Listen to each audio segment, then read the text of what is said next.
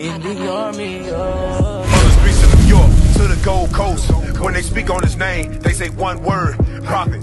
None of you devils can stop it. 144,000, yeah, that's really good. Right? Grow your own stuff, but at the end of the day, it's all at the permission of your enemy. That's a great question. Now, according to the scriptures, how did we get in this situation? Read verse 15 again. Verse 15. But it shall come to pass, if thou wilt not hearken unto the voice of the Lord thy God, to observe to do all his commandments and his statutes, which I command thee this day. So it says, if you don't listen to the laws of God, the commandments, the statutes that he gave us, read. That all these curses shall come upon thee and overtake thee. So it says, for us not keeping the commandments of God, curses overcame us, right? So how do you think we should fix it? Obey God, right? That would be the thing that we would have to do.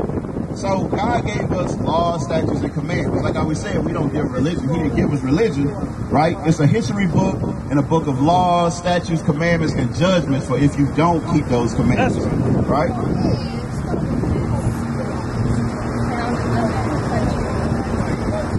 Where? You can't go to Africa. The Chinese, the Russians, the white man, they all run Africa.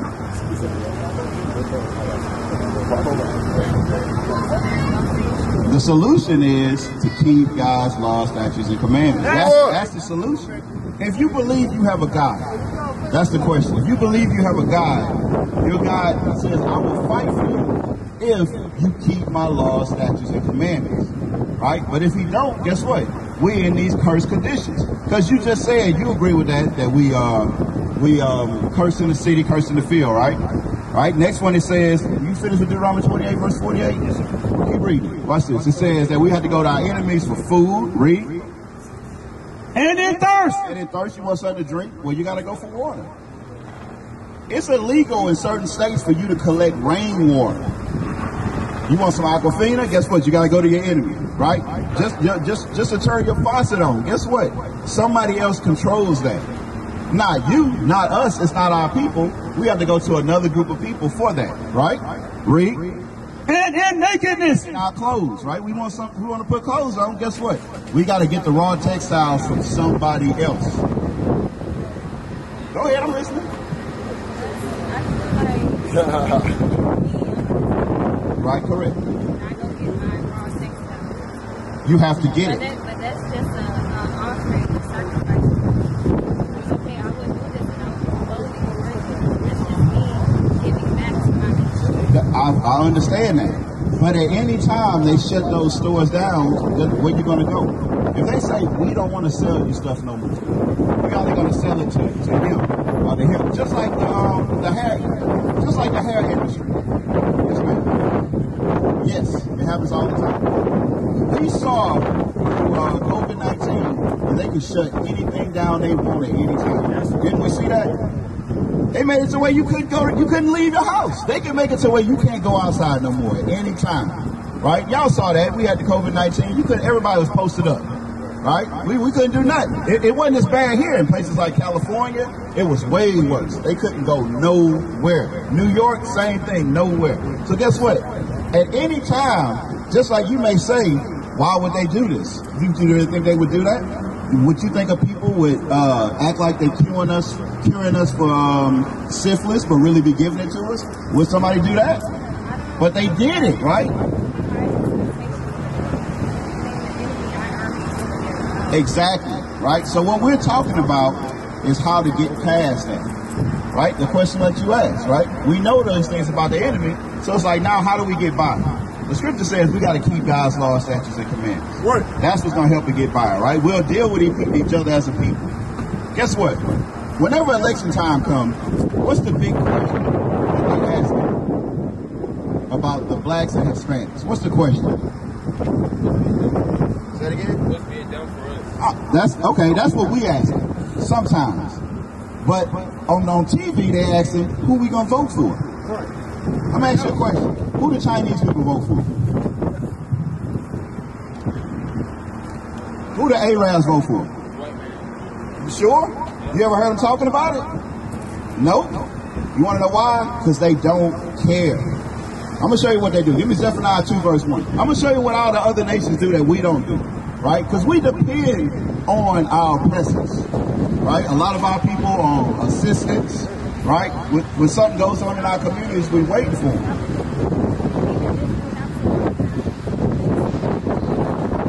That's what we're trying to do. But if I can't depend on my enemy, I got to depend on myself. Yeah, exactly. Are we doing that today? No. We would, if we all came together, we'll be good. Just like the Chinese, just like the Arabs, right? Just like the East Indians, just like all these other nations. But we don't do that. You want to know why? Because the Bible told us to do it. We don't follow what the scriptures say. Watch this. Read this.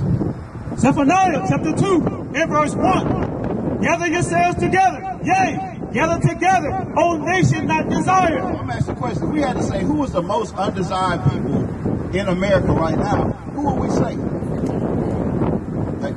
Decide to who though? Because the enemy can go anywhere. It's us that can't go anywhere. It's us that people don't want to. We're the same people. Mexicans are the same people. That's the history that we don't know. Say it again.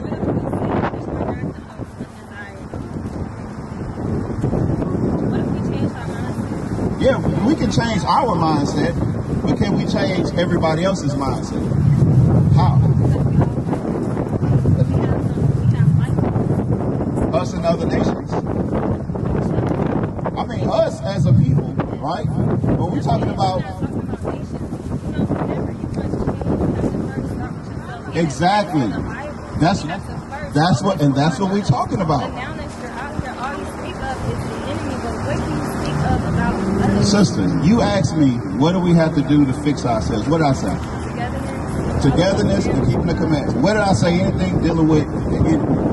I'm talking about what we have to deal with here today. But to fix those things, what did I say? We have to work on ourselves, right? I said we have to do what? Read it again. Zephaniah chapter 2 and verse 1. Gather yourselves together. Yea, gather together, O nation not desired. Amos 3 and 3. We have to gather ourselves together. So that's the message. The message is for us to fix our problems, to not depend on other people. Shalom, Israel. This is Bishop Nathaniel. I want you to know that you can view all our Sabbath classes live on IUIC TV. That's right, I said on IUIC TV. Download the app today. Shalom. 100%. 100%.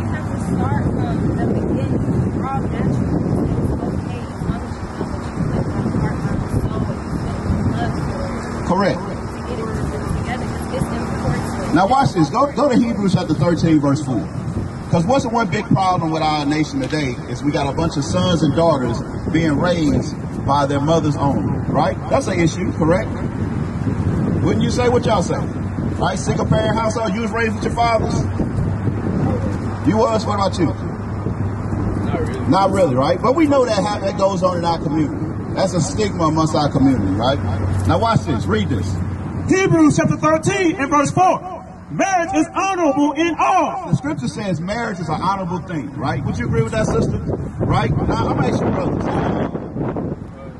18? 17, all right?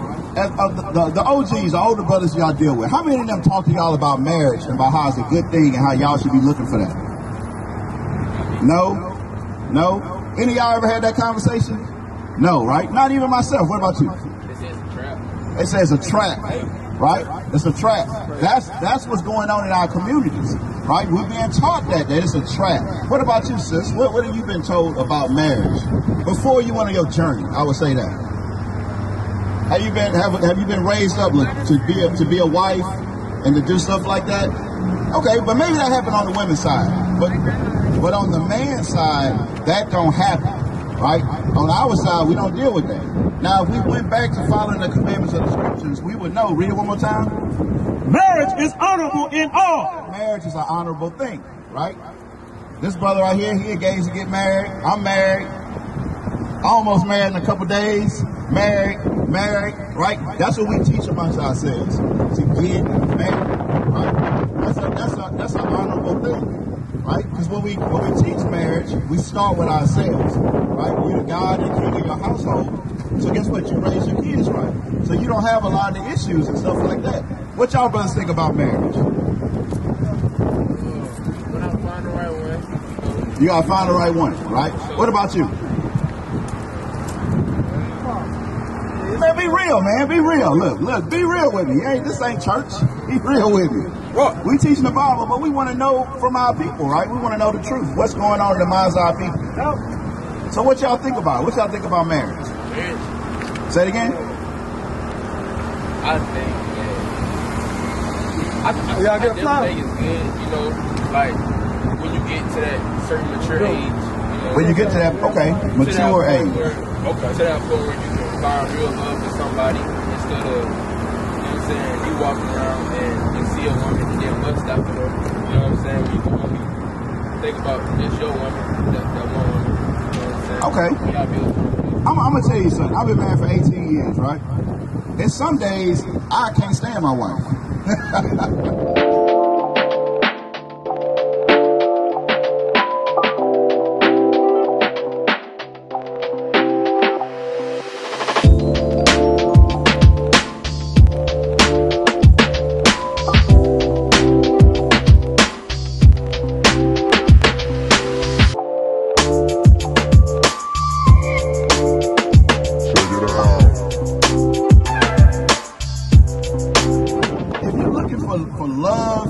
Guess what? It's going to come and it's going to go.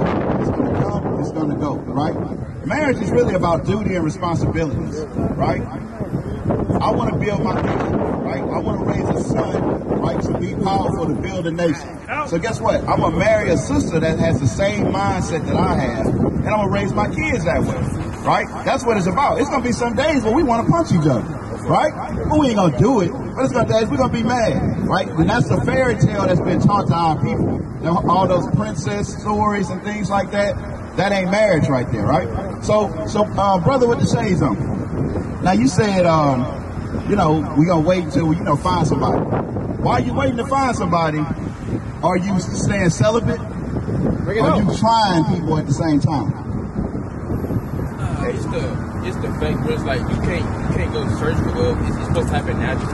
What I'm saying is why are we waiting for the search for love? Are we laying down with other sisters? Right. We are, right? Yeah. What you say? That's what we do, right? What you say, sis? That's what's going on in our communities, right? We're not saving ourselves and waiting for that right one.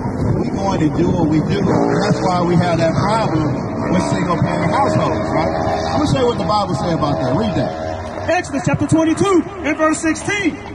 And if a man entice a maid that is not betrothed. Entice a maid. You see a sister, she look good. You like, hey, what's up? What's your name? You rapping to her with her, whatever y'all call it. Right? I'm old. I don't know the terms no more. Putting the game down. What y'all say now? I'm from Baton Rouge. What they say out in Birmingham? Y'all macking out here? Yeah, we raising up. Y'all raising up? Yeah. All right, I'm gonna use that. Don't make me look crazy though. If I use, I'm gonna be like, they be like, what that mean, bro? Yeah, man, you risen? All right, so brothers out here risen up. So the Bible says, if you out here risen up, right? You see a sister, you get to risen up. Read. And lie with her. And guess what? You don't put it down so much, the fact that she ready, hey, she going, right? You lie with her. Read. He shall surely endow her to be his wife. That's the law. That's the rule, right? You lay down with a sister, you got to marry that sister, right? Now, if that happened here, guess what you would do? You would make better decisions. You'll be like, okay, hold up. I ain't about to wait 2 in the morning, and it's the fat chick around the corner that everybody done ran through. Let me go ahead and take care of my business. Nah, you're going to be like, nah, I ain't messing with her. I'm trying to find somebody that's going to have my kids, that's going to raise my seed, right? They will change our mindset, how we do things, right? We used to scream black power while heroin was pushed. But at the end of the day, nothing's in vain. IUIC has been given a vision. The tents of Judah has risen. Many has attempted the mission. Minor murmuring, omitting, and missing the mark. Just reading that he had the flame of fire in his eyes gave us the spark. We on Paul's mission. We out on the road, purple and gold, from Mexico, Cuba, Haiti, Ghana, Sierra Leone. 144,000 boots banging, concrete crackling. These are our men repented at heart. The scriptures is proof. IUIC, we deliver the truth.